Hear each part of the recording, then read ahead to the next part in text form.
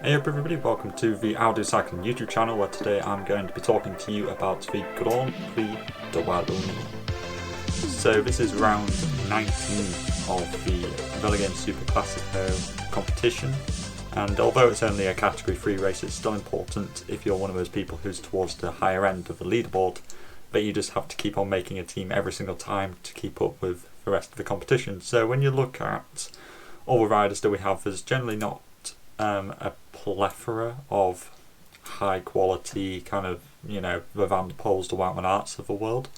The highest scoring cost rider is Greg Van Avermaet at 24, which isn't even really that high when you consider that the pricing's go up to 32. So therefore this is a bit of a strange one where you can probably pick quite a wide variety of teams, and you could even probably not even use the full 100 credits that are available to you, and you could still create the winning team, I'd say. Personally, for me, I'm not sure about Van Avermaet, because when I've looked at his results recently, yes, he came 8th on the final stage of the Benelux Tour, but the actual main winning move he wasn't in. Like, I know Mohoric won, and then they went up with the Merle, and he got dropped. I think he was in like the third group, and that, for me, when I look back at that footage, I was looking at people who were in that winning move. I remember Tige Benoot was up there, attacking off the front. I remember Tim Wellens looking really good as well. So I think that certainly Tim Wellens and Tige Benoot should be people who you're definitely thinking about putting on your team, just because they looked really good at the Benelux Tour. And at the moment, form is just everything, especially going towards the World Championships. You'll be seeing a lot of riders probably building up their form at the moment, because we're about 2 weeks away from the World Champs right now, just under. And so you're going to be wanting to see guys who are going to the World Championships are going to be building up before then, building up really high, and then they're going to be tapering for the World Champs. So for me, I'm not sure about Van Avermaet just because he's not going to the Worlds. Tige Benoot is, Nils Pollitt is, and I think that Nils Pollitt is actually a good pick. I've got him at the bottom here because Nils Pollitt looked really good at the Deutschland Tour, if you remember back. That was a few weeks ago, but he won that. He did a one-day race the other day, but that doesn't really count. He finished like 60th, but that's because they were working for Ackerman, so he was in the lead out. So I think at the moment my main favourites are Nizzolo, Pollitt, Wellens and Benoot. Nizzolo is an interesting one. He just left the Tour of Britain a few stages in. He did alright at the Britannia Classic, but the route profile, when you look at it here, is quite difficult. It's really up and down, and I know you can't see on the edge of the screen there, but it also finishes 2 kilometres at 5% uphill, and I'm just not sure if that suits Nizzolo overly. It could suit Barguil, but at the end of the day, how's Barguil going to win because he's a climber? At least Pollitt has that kind of kick.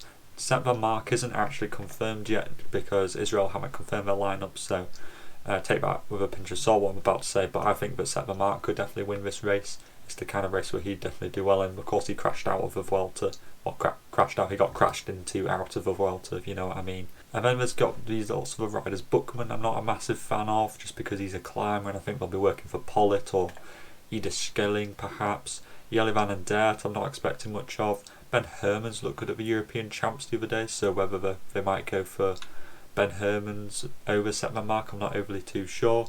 That might be an argument against not picking them because you're not sure which one to go with. Patrick Conrad, I think they'll be working for Pollitt, so probably not Conrad. I think Wellens is good, Laporte is good, he looked good at the Benelux Tour. Calmejean coming off of a really good Vuelta, could be dangerous. Victor Campenaerts is surprisingly sprightly at the moment, top 10 at the recent European Championships, good at the Benelux Tour. I think that he's almost a certainty to go on your team because I've got him right down there. But yeah, I think that Campenaerts is definitely a dangerous one to be attacking off the front. Aim de Ghent also looked good at the Benelux Tour, so did Gianni Vermeersch.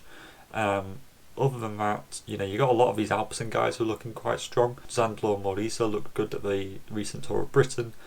Chris Neylands, if you remember back to 2019 when this race was last on, he was the winner of this race. Louis Vervaeke is also a strong climber. Odd Christian Eiking, after a really good Vuelta, he'll be having some pretty good legs at the moment. Rasmus Tiller is another good option to go with, just because he's he's done well at one day races recently. And there's a couple of 6-pointers which I like as well. One of them is Dorian Godon, who won the recent Tour de Doubs. He's looking in incredibly strong form, and arguably I think that AG2R would be working for him over Van Avermaet. Bit of a bold take, but I think that he's a bit dark horse for this race.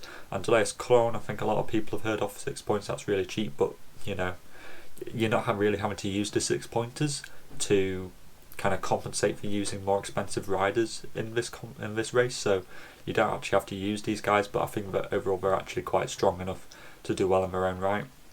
And then you also have APP Aurélien Paré-Pentre. He looked good at the Bretagne Classic, so whether they might use him alongside Godon and Van Avermaet. You've got Edith Schelling there as well. Then you've also got Takke van der Hoorn, who came second in the Antwerp race, like in Antwerp, but just behind Mathieu van der Poel is where he finished. So obviously he's looking pretty good, but I think he prefers perhaps maybe a flatter parcours. Perhaps, I'm not sure if the uphill finish suits Van der Hoorn. I think he'd rather the flatter finish. Other than that, there's Logan Owen, who's a 4-pointer for EF, who again looked good at the recent Benelux Tour. And I think that's roughly all the riders that I really like the look of. I'm just not covering the low point riders quite as much as I would usually, because you don't really need them. You got so much value in those mid tier areas between kind of 10 points and 20 points that are you just don't really need all those 4-pointers. So this is a team that I'm kind of looking at. I think it just covers a lot of strong people. Of course, if you didn't want Laporte and you wanted Nizzolo instead or something like that, you could very easily do that and go up to 100 points. I think that's incredibly strong. There's probably a lot of team that a lot of people will be going with. I'm not expecting a lot of people to be very brave and outlandish and go with 6-pointers over the 20-pointers, just because you can risk it and lose it at the same time. But this is probably a good opportunity if you're one of those people who is in the leaderboards, who supported Velogames by donating. This could be a good opportunity to get another Gregario or another person onto that medals leaderboard as well, who could be the person who wins that perhaps not a lot of people are thinking of. I think that Godon could definitely be one of those people.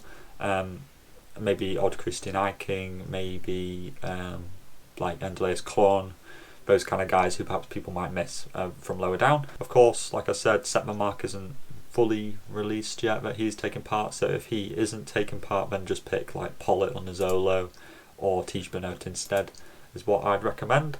And that's the Grand Prix de Wallonie. That's round 19 of the Superclasico, so I'll see you in a couple of days time for round 20. I think it's the Primus Classic. But yeah, I think that's about it. Keep your masks on, stay safe, and I'll speak to you at round 20. Salut!